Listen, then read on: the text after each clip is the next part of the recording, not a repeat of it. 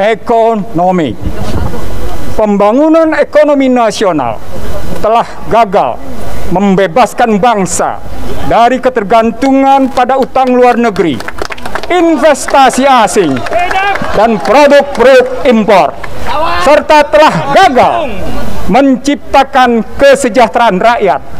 Secara khusus, pemerintah dan DPR cenderung menyimpang dari yang ditunjukkan dengan adanya di Indonesia terjatuh ke titik pragmatisme, oportunisme, transaksionalisme, dan kriminalisme yang berujung pada Pilpres 2019 yang sangat curang dan paling berdarah dalam sejarah politik Indonesia. Dengan meninggalnya hampir 700 petugas pemilu, demonstrasi usai Pilpres pada bulan Mei 2019 juga merenggut nyawa 10 orang. Selain itu, 465 orang, antaranya anak-anak, dan informasi orang hilang sebanyak 32 orang. Laporan Komnas HAM Oktober 2019. Tingkat global, demokrasi Indonesia saat ini anjlok 16 peringkat dibanding tahun 2016 dan mendapat predikat sebagai negara dengan demokrasi cacat berkinerja paling buruk. Terancamnya kebebasan sipil dan lemahnya keberfungsian lembaga-lembaga demokrasi menjadi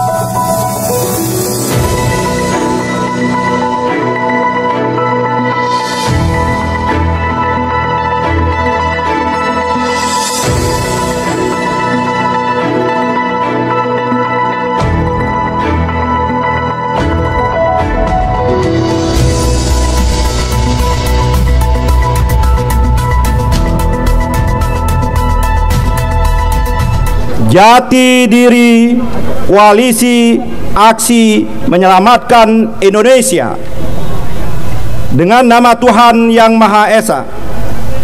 1. Koalisi Aksi Menyelamatkan Indonesia adalah gerakan moral rakyat Indonesia dari berbagai elemen dan komponen yang berjuang bagi tegaknya kedaulatan negara, terciptanya kesejahteraan rakyat, dan terwujudnya keadilan sosial bagi seluruh rakyat Indonesia. 2. Koalisi Aksi Menyelamatkan Indonesia berjuang dan bergerak untuk melakukan pengawasan sosial, kritik, koreksi, dan meluruskan kiblat negara dari segala bentuk penyimpangan dan penyelewengan. 3. Koalisi Aksi Menyelamatkan Indonesia berjuang dengan melakukan berbagai cara sesuai dengan konstitusi, baik melalui edukasi, advokasi, maupun cara pengawasan sosial, politik moral, dan aksi-aksi dialogis, persuasif, dan efektif. 4. Koalisi Aksi Menyelamatkan Indonesia sebagai koalisi rakyat dengan latar belakang kemajemukan agama, suku, profesi, afiliasi politik, menjunjung tinggi kemajemukan, kerukunan, dan kebersamaan. Pandangan dan sikap Koalisi Aksi Menyelamatkan Indonesia adalah perwujudan dari hal-hal yang dapat disepakati. 5. Koalisi Aksi Menyelamatkan Indonesia mempunyai pandangan dan sikap resmi, yaitu yang disepakati secara tertulis oleh Dewan Deklarator. Di luar itu merupakan pandangan dan sikap pribadi deklarator atau jejaring pendukung Koalisi Aksi Menyelamatkan Indonesia di pusat, di daerah, dan di luar negeri. 6. Koalisi Aksi Menyelamatkan Indonesia sebagai gerakan moral rakyat yang bersifat nasional, menerima dukungan dan penyaluran aspirasi rakyat di daerah-daerah dan warga negara Indonesia di luar negeri. Walau tidak ada hubungan struktural organisatoris, namun Koalisi Aksi Menyelamatkan Indonesia berkewajiban moral untuk menyuarakan dan memperjuangkan aspirasi itu.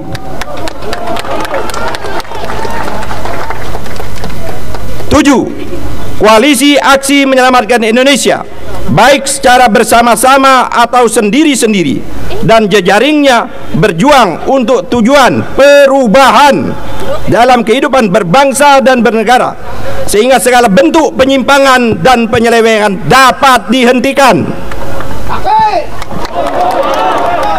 8. Kami bergerak secara berkesinambungan atas dasar keyakinan bahwa kebenaran dan keadilan harus tegak, serta kebatilan dan kemungkaran harus sirna.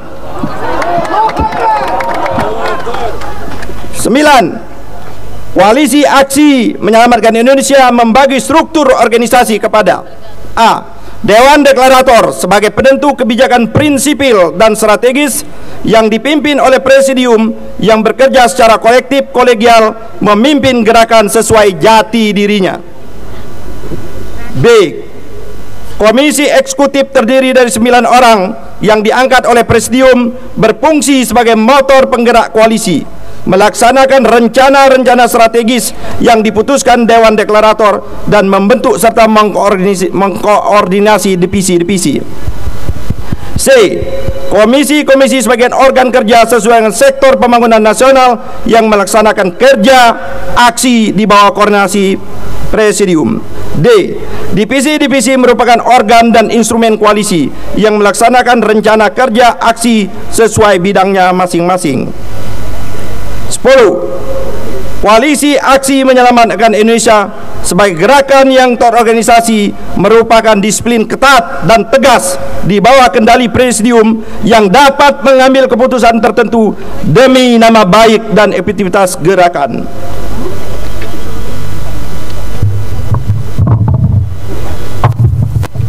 Dilanjutkan. Menyelamatkan Indonesia dengan nama Tuhan Yang Maha Esa, bahwa sebagaimana termaktub dalam pembukaan Undang-Undang Dasar Negara Republik Indonesia tahun 1945, tujuan terbentuknya Negara Kesatuan Republik Indonesia adalah melindungi segenap bangsa Indonesia dan seluruh tumpah darah Indonesia, memajukan kesejahteraan umum, mencerdaskan kehidupan bangsa, dan ikut melaksanakan ketertiban dunia yang berdasarkan kemerdekaan, perdamaian abadi, dan keadilan sosial. Bahwa penyelenggaraan negara dan tata kelola pemerintah tidak boleh menyimpang, apalagi bertentangan dengan pembukaan Undang-Undang Dasar 1945 sebagai dasar, arah, dan tujuan untuk mewujudkan cita-cita proklamasi kemerdekaan 17 Agustus 1945.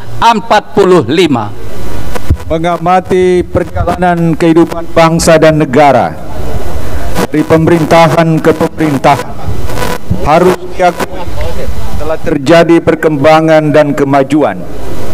Namun perkembangan terakhir menunjukkan adanya deviasi, distorsi, dan disorientasi nasional dari cita-cita, dari nilai-nilai dasar dan cita-cita bangsa dewasa ini, dan memperhatikan penyelenggaraan dan tata kelola negara, khususnya pada era pandemi COVID-19. Kami yang terdiri dari berbagai elemen dan komponen bangsa yang bergabung dalam koalisi Aksi Menyelamatkan Indonesia, kami amat memprihatinkan hal-hal sebagai berikut. Ekonomi. Pembangunan ekonomi nasional telah gagal membebaskan bangsa dari ketergantungan pada utang luar negeri, investasi asing, dan produk-produk impor, serta telah gagal menciptakan kesejahteraan rakyat dan mewujudkan keadilan sosial bagi seluruh rakyat Indonesia.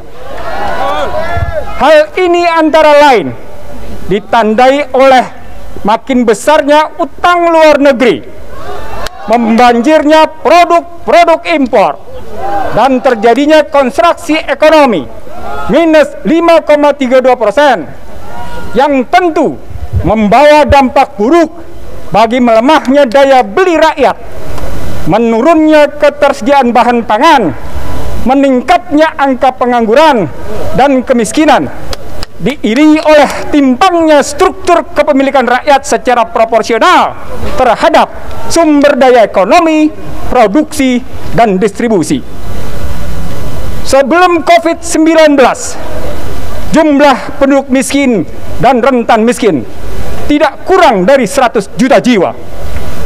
Rakyat yang menderita lapar kronis mencapai 22 juta jiwa. Dengan konstruksi ekonomi akibat COVID-19, jumlah dan tingkat penderitaan rakyat miskin serta mereka yang mengalami kelaparan meningkat tajam. Kegagalan ini sesungguhnya telah terjadi sebelum pandemi COVID-19.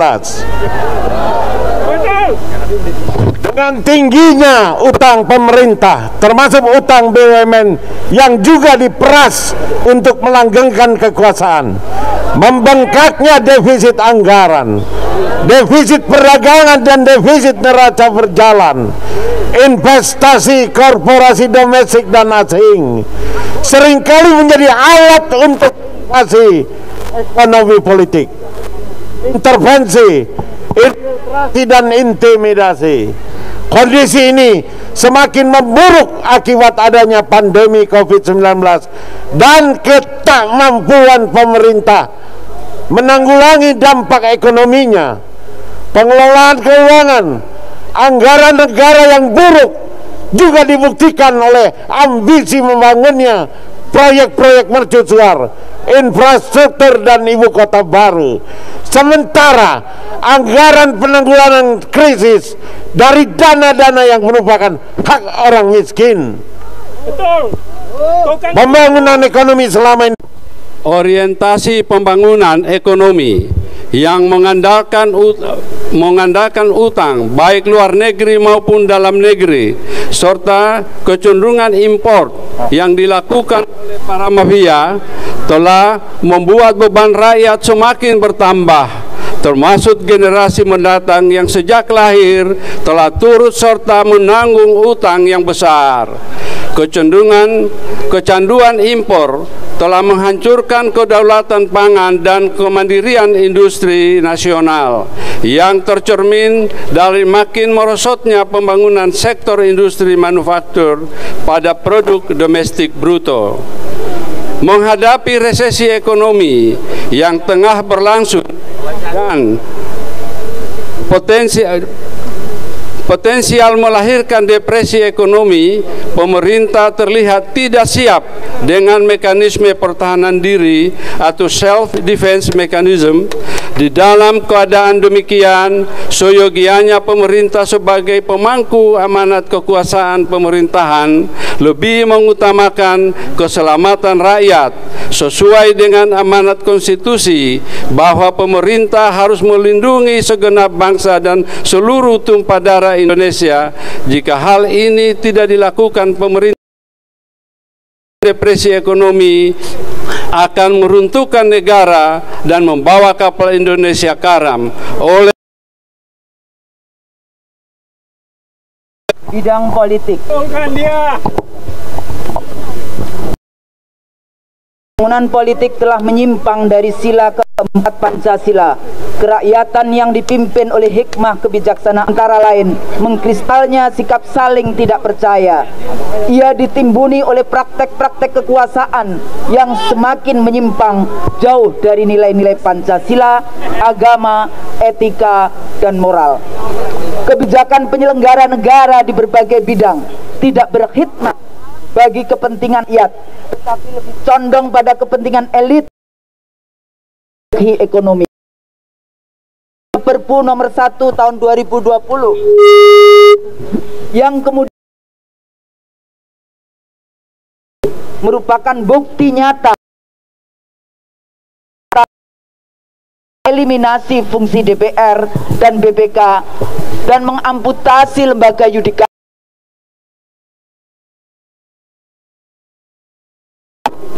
dan DPR mengkhianati amanat rakyat dengan tindakan bunuh diri.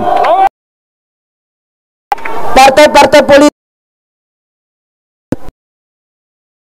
dan berpersekongkolan jahat melakukan kejahatan bangsa dan negara.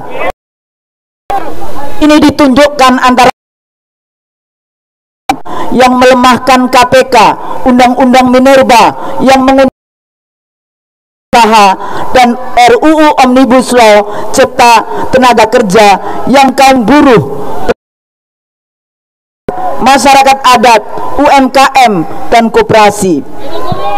Undang-undang tersebut memangkas kewenangan pemerintah daerah, merusak lingkungan hidup dengan meniadakan AMDAL dan menggadaikan tanah dan air Indonesia kepada asing.